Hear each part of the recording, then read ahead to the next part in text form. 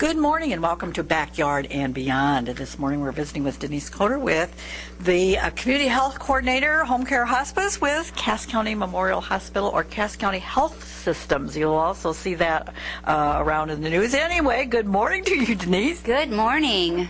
And it is a good morning. We hope everybody out there is healthy and enjoying this great weather. It's just been wonderful.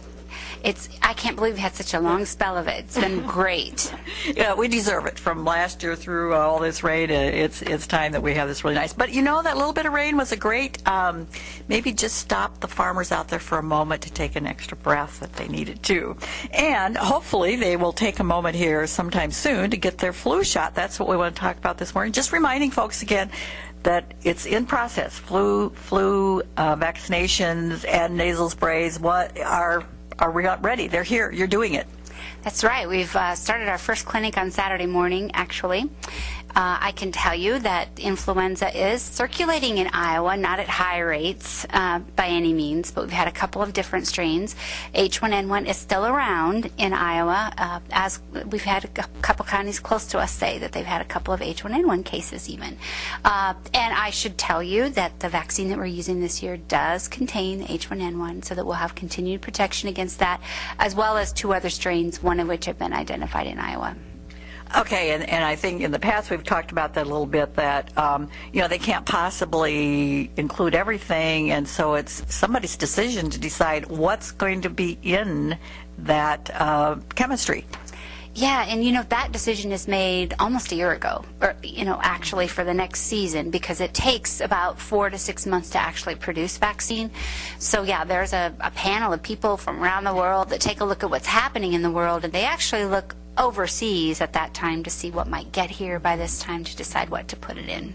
And lots more folks are traveling back and forth, so that's really important to take a look around the world. Well, there are a few changes, a few additions, etc. So let's talk about some of those things that have changed a bit since last year. Well, first of all, the Centers for Disease Control now recommend everybody get a flu shot 6 months and older. We don't give flu shots to babies less than age 6 months of age. It's just been standing.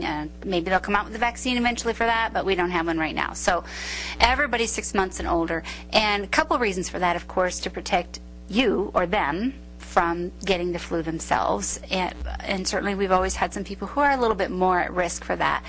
But we really want everybody to get that vaccination, because there are people in our community who, number one, might not be able to get a vaccination because of a severe allergy to eggs.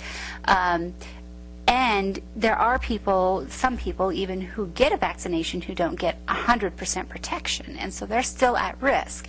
And the only way to protect those people is to have other people not get it to infect them. So we really do want everybody to consider getting one. It's one of our least painful, I guess, vaccinations, if that's what you want to call it, with mist. There's, maybe not even a needle involved. So we'd really like everybody to consider getting one either at one of our community clinics or from their healthcare provider. Okay. Well, since you mentioned the mist, let's talk about that, what the difference is and who can choose to get the mist rather than the injection. Right. The mist is a nasally administered flu vaccination. So it's squirted up your nose. There's no inhaling. It's when you squirt, that's all you need to do. We hand you a Kleenex. Yeah, it's taken care of. So no needle involved. But it's only available right now to people ages 2 through 49. So if you've hit that 50 mark, then we're not allowed to administer, sorry. And secondly, there are some exclusions to some people. So for example, if you have asthma, would not be administering a nasal mist right now for you. That may change in the future. I know there are some places where that restriction is not on mist, and so with some studying there, that may change in the future. But right now in the United States, that's a contraindication, and we do some pretty heavy screening when we choose to administer. When you want a mist, we ask a bunch of questions, extra questions of you, to make sure that you can receive that. So if children have a choice, would they do the mist, or do they not get a choice? Well, actually, when we go into the schools, because we do community-based clinics in the schools, we will only be giving mist to elementary students, just because we really don't want to take needles into those little children areas. Don't want crying, don't want that's not a good atmosphere to have for young children.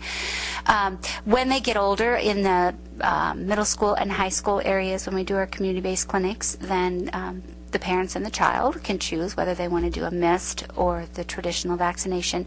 Now, at our community clinic sites that you see us when we're in the hospital atrium or in Griswold or whatever, we do have missed with us. So if you're an adult who would prefer a missed, you can choose to have that if you're eligible. Okay. Now, mentioning children and doing these in school, I'm assuming you have to get some approval from the parents before you could do this. You're right. And in the last week, the schools have been sending home consent forms. If you haven't received one, haven't seen one, you might check with your school. Sometimes kids intentionally don't. They hide that from you probably because they don't want to get a vaccination. But we will be in every school building here now within the next few weeks doing those vaccinations. So those consent forms have gone home. They're actually due today. So check with your school if you haven't seen that, or if you have, you need to be getting it back. We'll be picking those up and starting our screening process. We go through and make sure we have all of our questions answered. And then when we give the vaccination, the day we give the vaccination, we send a note home with the child to make sure you know. Okay. And what a great population to have if you could get close to 100%, my goodness, because it seems like that's where all this stuff spreads around sometimes. Now, we've talked about children. Let's talk about the other end of the age span. There's a little change there. Yeah, we're really excited about some new developments there. We've known for a long time that when adults over age 65 and older get a vaccination, a flu vaccination, they don't always get quite as high of immune response as healthy younger people do. And that puts them at somewhat of a disadvantage, of course, because we want them to get a flu vaccination. We want them to have whatever level of protection we can give them. But we've known for quite a while that they don't get quite the level of protection that young people do. So this year there is a new vaccine out from one of the manufacturers called High Dose. And it's specifically formulated for people 65 and older to develop a little higher immune response. I think in some cases, just depending on the strain, close to 30% in some cases. And that's worthy enough for us to feel like it's good to be offering that and administering that in our community. So until our supply runs out, we're going to be using that in our community clinics for people 65 and older. It is a little more expensive, but most people have Medicare. We're billing it off to Medicare Part B. It's $40 compared to the $25, so most people will not see an out-of-pocket cost increase. But we're hoping that that gives that age population in our community a little bit more better protection. Okay. So, seniors, get out there and get your flu shot now so you can be in that high-dose group, and hope that lasts through most of them. And talking about getting it now, let's talk about some dates that you have set up around the county.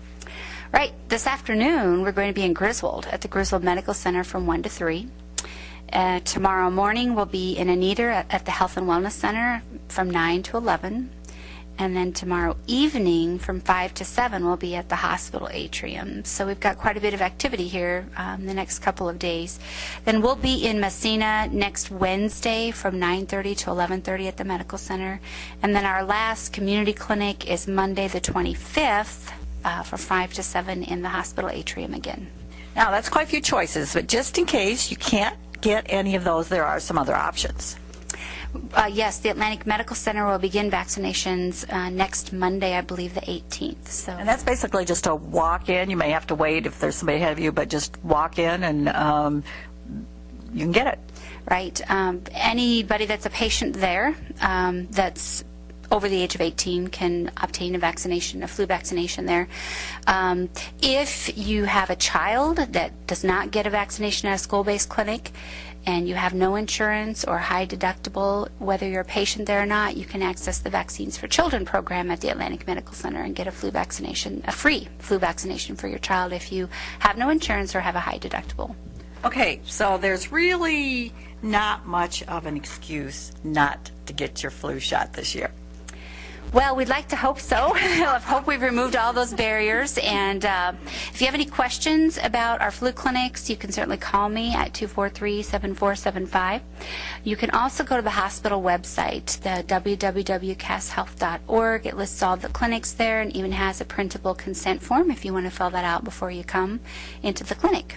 Okay, and just a special reminder, if you have a kid in school, You better get that consent form in today. And if you can't find one, they can call you, or that's on the website also? Actually, those aren't, but they can call their school, Okay. and they would have one. Or, yeah, you can call me, and I can email one to you. Okay, great. So let's get that done. Thank you very much to Denise Coder, who is the Community Health Coordinator for Cass County Memorial Hospital. And until next time, here's the thought. Sympathy is two hearts tugging at one load.